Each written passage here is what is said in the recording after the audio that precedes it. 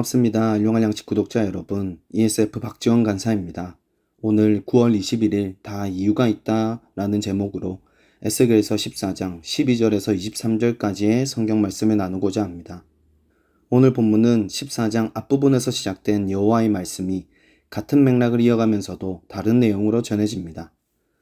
하나님은 어떤 나라가 불법을 행하여 하나님께 범죄하므로 하나님께서 그분의 손을 그 위에 펴서 기근, 사나움 짐승, 칼, 전염병을 내려 사람과 짐승을 끊으실 것을 가정하십니다. 여기서 불법을 NIV 성경에선 being unfaithful 이라고 번역하는데 이것은 신실하지 않음, 진실되지 못함을 뜻하기도 하지만 때로는 외도를 하는, 바람을 피우는 이라고도 해석할 수 있습니다. 14장 앞부분에서 이어진 맥락으로 볼 때 어떤 나라가 하나님께 범죄한 불법은 바로 우상숭배를 뜻하는 것입니다. 하나님께서 우상숭배한 이스라엘에 4가지 심판을 내리셔서 그들을 멸하시는 장면을 만약에, 가령으로 가정하여 보여주시는 것입니다. 그리고 하나님은 그분 당신이 심판하실 때에 그곳에 비록 노아, 다니엘, 욥이 있을지라도 그 세 사람은 각자의 의로 자신의 생명만 건질 것이라고 말씀하십니다. 노아, 다니엘, 욥은 죄악이 만연한 세상이나 극심한 고난 중에도 의로움을 지켰던 인물들입니다. 하나님을 향한 믿음을 지켰던 이들입니다. 그러나 그들의 의로움 그 믿음은 세대나 나라를 구할 수는 없었습니다. 하나님의 은혜를 입어 자신만 구원받았을 뿐이었습니다. 어떤 이의 의로움과 믿음은 자기 자신만 건지게 될 것을, 자녀들은 끊어지고 땅은 황폐하게 될 것을 주 여호와의 말씀이라고 분명하고도 확실하게 말씀하십니다. 이는 14장 10절의 말씀처럼 하나님의 심판은 하나님께서 각 사람이 각각 자기의 죄악을 담당하게 하시는 것이기 때문입니다. 사람은 세대나 나라의 잘못으로 멸함받는 것이 아닙니다. 사람은 공동체나 타인의 의와 믿음으로 구원받는 것이 아닙니다. 사람은 자신의 죄악과 죄인됨으로 인해 멸함받고 또한 자신의 의와 믿음으로 구원받는 것입니다. 이어서 하나님은 그분 당신이 모든 일을 이유 없이 하신 것이 아님을 알게 하십니다. 4가지 중한 벌, 곧 칼과 기근과 사나운 짐승과 전염병을 예루살렘에 함께 내려 사람과 짐승을 그 중에서 끊어 그 해가 심하게 하실 때에 그 이유를 알려주십니다.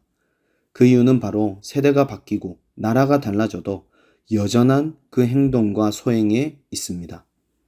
하나님께서 내리신 4가지 중한 벌에도 그 가운데 피하는 자, 곧 살아남은 자녀들이 남아있어 끌려 나오게 되더라도 그들의 죄악, 그들의 우상숭배는 여전했기 때문입니다.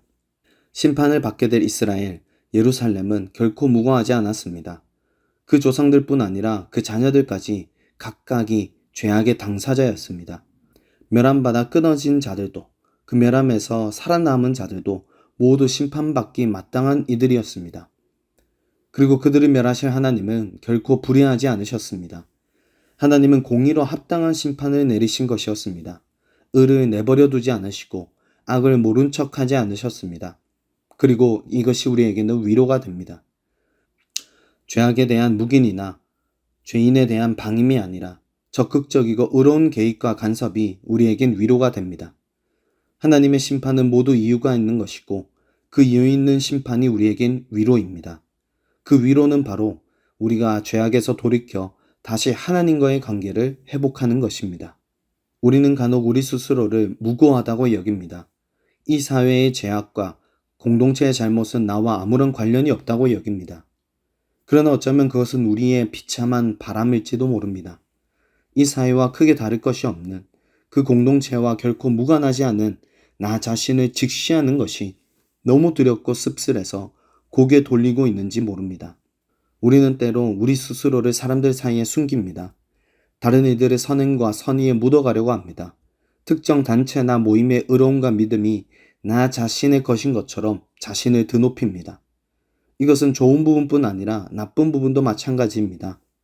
다른 이들의 상급을 아무런 공로 없이 거저 취하고 싶어하고 나의 범죄는 다른 사람들의 이름에 포함시키고자 합니다. 그러나 오늘 본문은 분명하고도 확실하게 하나님께서 심판하시는 이유를 밝힙니다. 우리가 멸함받는 것은 사회나 공동체 때문이 아니라 우리 자신의 죄악 때문이라는 것. 그리고 어떤 누구의 의로움이나 믿음도 우리를 구할 수 없다는 것. 하나님은 마땅한 심판을 합당하게 행하신다는 것입니다. 그러나 하나님은 멸함과 끊으심으로 끝내지 않으십니다. 하나님은 이 이유 있는 심판을 통해 그분이 주고자 하시는 것을 알려주십니다. 에스겔서 14장 11절 말씀입니다.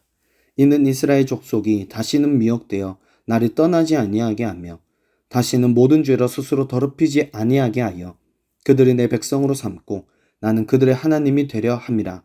주 여호와의 말씀이니라. 우리가 받을 하나님의 위로는 다시 하나님과의 관계를 회복함 받는 것입니다. 비록 고통과 환난이 동반될지라도 죄악을 씻김받고 의와 선으로 덧입는 것입니다. 오늘 우리가 우리 각자의 죄악으로부터 돌이켜 다시금 하나님께로 향하게 되기를, 하나님의 위로가 가득한 하루 되기를 간절히 소망합니다.